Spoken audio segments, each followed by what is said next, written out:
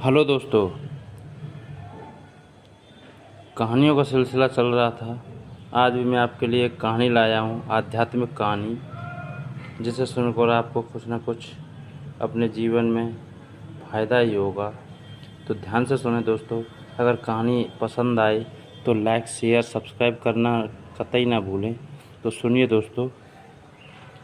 एक बार की बात है, देवताओं के राजा इंद्र ने किसानों से किसी कारण से नाराज़ होकर 12 वर्षों तक बारिश ना करने का निर्णय लेकर किसानों से कहा, अब आप लोग 12 वर्षों तक फसल नहीं ले सकेंगे। सारे किसानों ने चिंतातुर होकर एक साथ इंद्रदेव से वर्षा करवाने हेतु प्रार्थना की। इंद्र ने कहा, यदि भगवान शंकर अपना डमरू बजा देंगे तो वर्षा हो सकती है।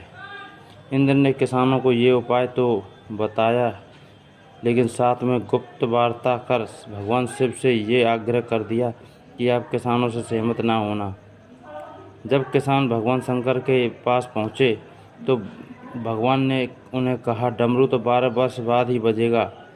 किसानों ने निराश होकर 12 वर्षों तक खेती ना करने का निर्णय लिया। उनमें से एक किसान था जिसने खेत में अपना काम करना नहीं छोड़ा। वो नियमित रूप से खेत जोतना, निराई गुड़ाई, बीज बोने का काम कर रहा था। ये माजरा देखकर गांव के किसान उसका मजाक उड़ाने लगे। कुछ वर्षों बाद गांव वाले इस परिश्रमी किसान से पूछने लगे, जब तुम्हें पता है कि 12 वर्षों तक वर्षा नहीं होने वाली, तो अपना समय और ऊर्जा क्यों नष्ट कर रहे हो?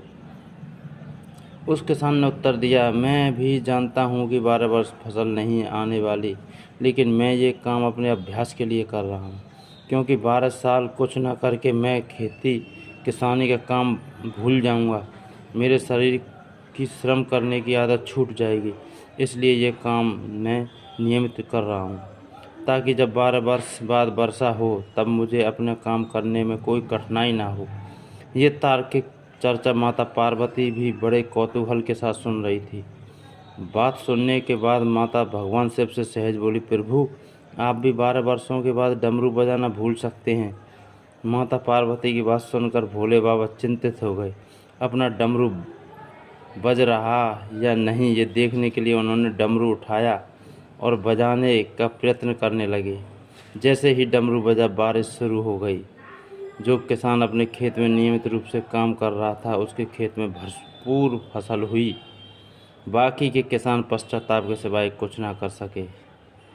डमरू कभी भी बज सकता है, इसलिए केवल नकारात्मक बातों पर अपना ध्यान लगाने के बजाय हम अपने कार्य व्यवसाय से संबंधित कुशलताओं की धार पैनी करने का, अपनी अभिरुचि का अभ्यास करते रहना चाहिए। तो दोस्तों, सदैव प्रसन्न रहें, मस्त रहें, स्वस्थ रहें। जो प्राप्त है पर्याप्त है। धन्यवाद दोस्तों।